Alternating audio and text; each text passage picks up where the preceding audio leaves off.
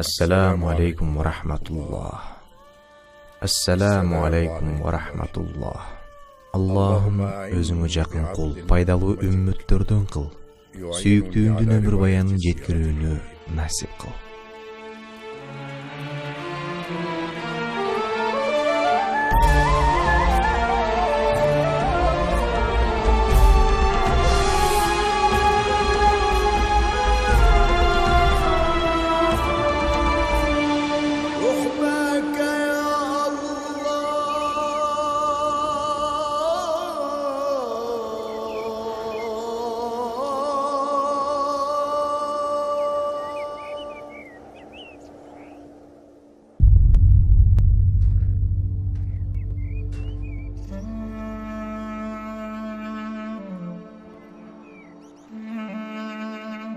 Аллахым, сүйіктүү пайғамбарымдың өмір баянын жеткізуге жардам бер.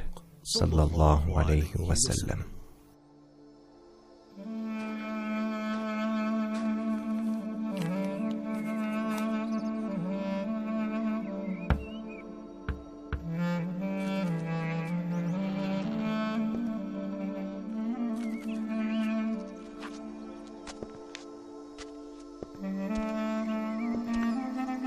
Бұл кім болды екен?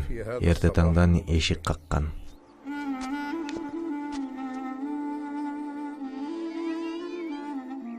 Ассаламу алейкум, данышман ақсақал. Ва алейкум ассалам. Сіз кімсіз? Мен сізге қонаққа келдім. Қош келіңіз, түрге өтіңіз. Данышманым, ең жақшы жай қонақ тосқан үй екенін жақсы білесіз. Анткени ал үйге құт кіреді. Тура айтасыз, бұрадарым.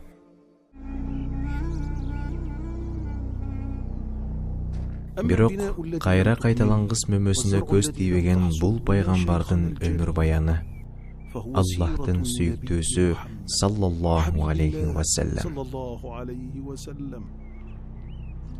Биз бул улуу адамдын өмүр баянын кийинки муунга сөзсүз айтып беришибиз керек. Бул бүткүл адамдын жашоосун өзгөртө турган күчкө ээ болгон баян. Бирок мен корком, эй иман. Корком. Ооба, корком. Ал менден чоң, менден улуу жоопкерчилиги көлдөн терең, тоодон бийик. Мен да корком, буга Аллах күбө. Бирок бул куттуу нерсени элдерге жеткиргенге ушунчалык ынтаамын. Аллахтан сураганымда ушул аз болобу, көп болобу айтор жеткирүүнү насип этсе. Бирок бул аманат го. Ооба, бул аманат. Ушул аманатты кайтарышымыз зарыл. Чындыгында Аллах аманатты өз ээсине жеткирүүнү буйрат. Пайгамбар өмүр жашоосу бизге аманат. Ким ал жөнүндө билсе эле аманат жүктөлөт. Жалпы мусулмандарга жеткирүү зарыл. Азиретим, анда мен да бул риваятты сиз менен чогуу айтып берсем болобу? Мага да ушул жүктөн бөлүшөсүзбү? Менин да жардамым тийип калар. Мына ушинтип сүйүктүү пайгамбарыбыздын өмүр баяны дал ушул Мекке деген жерден башталат.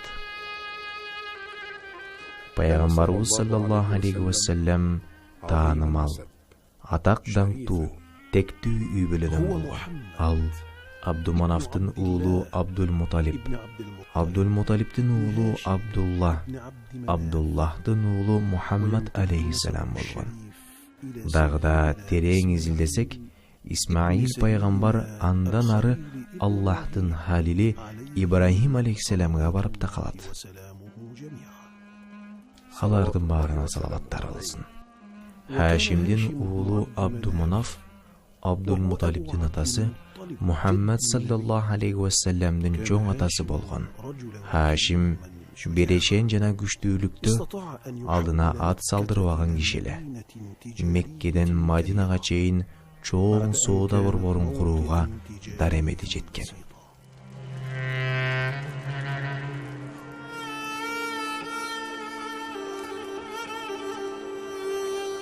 Ey Haşim, kolуңда жакшы мүмкүнчүлүк бар. Өзгөртөм десең өзгөртө аласың. Меккени такыр эле соода борбору кылып салбайсыңбы? Туура айтасың. Шамдагы уруулар менен бул боюнча сүйлөшүп келдим. Курайыштар жылына 2 жолу соодага чыга алат.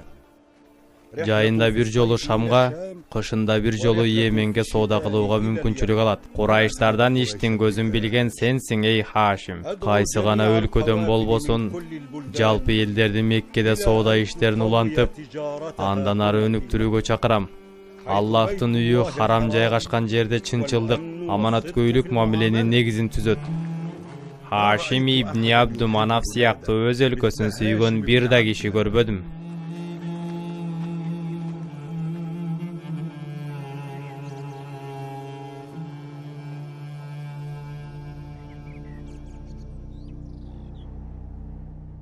Хашим тез-тез сапарга чыгып турчу. Бир жолу Шамга сапарга чыкканда, капысынан жолдо келе жаткан Наджар уруусун жолуктурат. Алар менен ушул эле уруудан бир кыз чогуу келе жаткан. Аны көрүп, аны жактырып, үйлөнүүгө бел байлайт.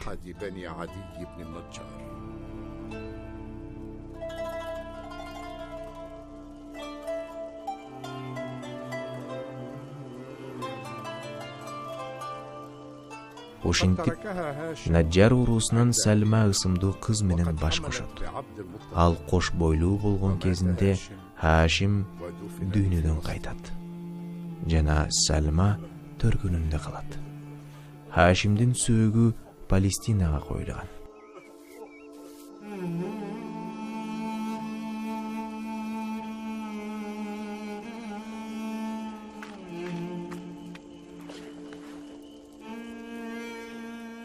Атаң каза болду уулум. Ал көз жумду балам. Абдул-Муталиб төрөлгөн кезинде эле ак чачтуу болгондуктан Шайба, ак чачтуу деген ысым менен аталып калат.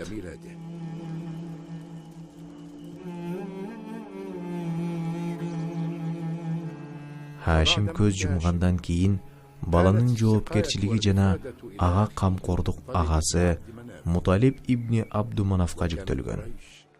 Курайыш уруусу аны берешен жана боорукердиги үчүн Файз деп аташкан.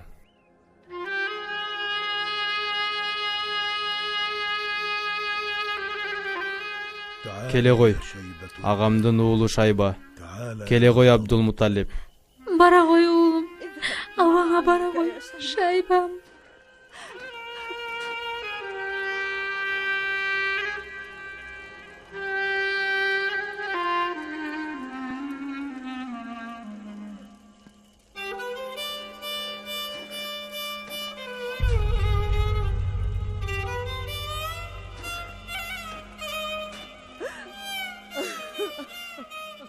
Муталиб менен Меккеге барат да, ал жакта чогуу жашап калат. Оор жеңилин мойнуна алган Муталиб дүйнөдөн кайтат. Күндөрдүн биринде пайгамбарыбыз саллаллаху алейхи вассаламдын чоң атасы Абдул-Муталиб бир аябай маанилүү түш көрөт. Ал түш небереси экөө кылчу улуу иш жөнүндө болду.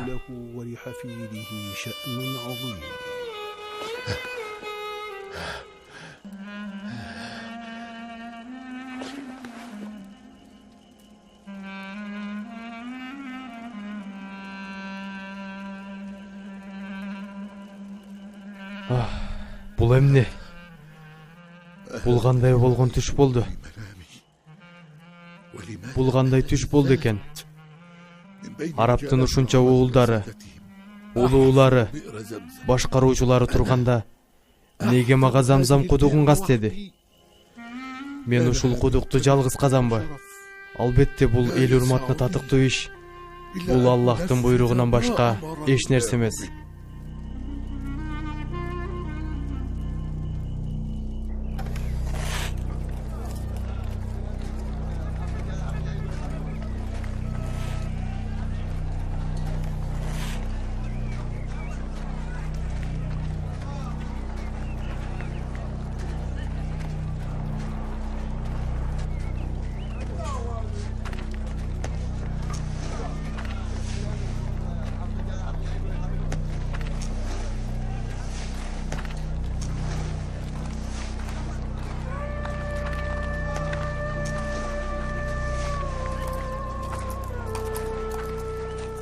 Эмне кылып жатасың эй Курайш уруусунун урматтоосу?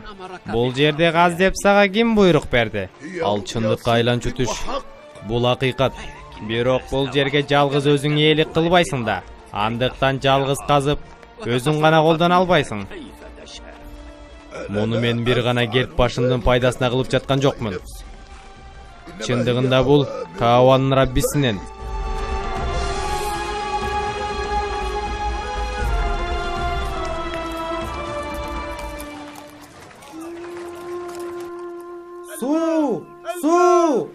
Суу чыкты. Хажар жана Исмаил алейхиссаламдын кудугу кайра ордуна келди. Бабабыз Исмаил алейхиссаламдын кадамынын астынан чыккан бул кудуктагы суу Мекке элинин рызкысы.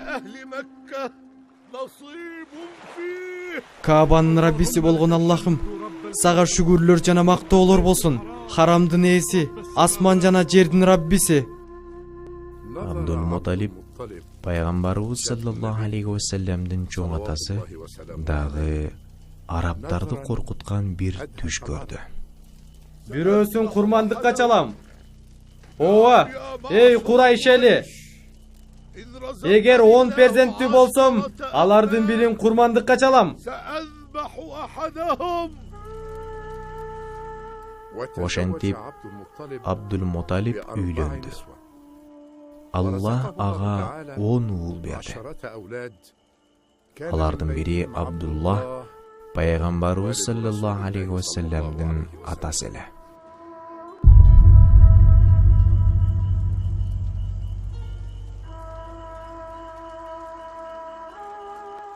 О данышманым, эми кимди тандоодон алат?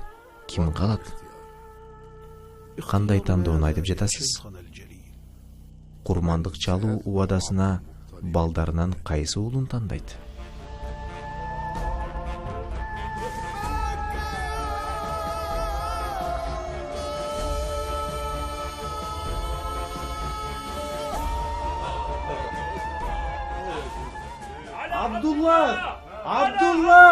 Абдуллахты курмандыкка чалганы жатат.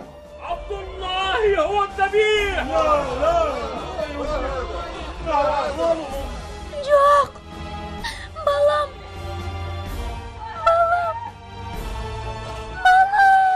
Bismillahirrahmanirrahim. لإيلاف قريش إيلافهم رحلة الشتاء والصيف فليعبدوا رب هذا البيت الذي أطعمهم من جوع وآمنهم من خوف.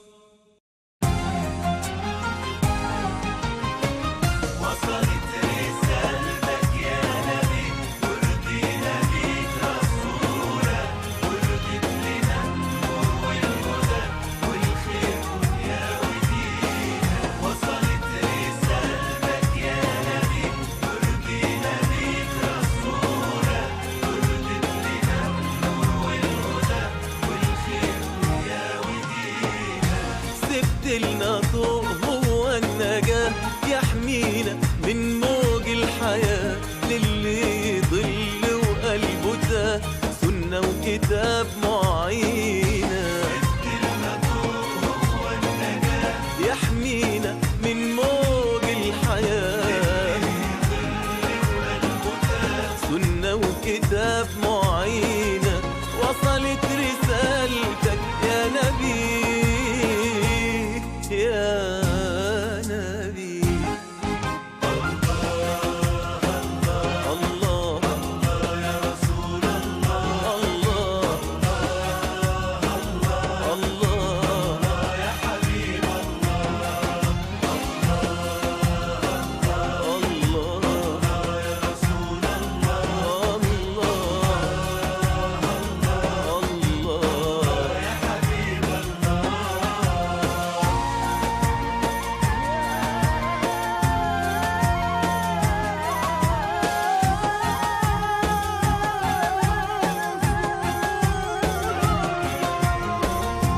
سيرتك رحقنا المختوم غالي وحبك مالينا، بتزيد غلاوتك كل يوم في قلوبنا وعنينا. سيرتك رحلنا المختوم، غالي وحبك مالينا، غلاوتك كل يوم في قلوبنا وعنينا. ما انت اللي بيك فرح الحزين، وعالصراط مادت ايدين، بنقول وراك مليون امين، عالجنة ودينا. وصلت رسالتك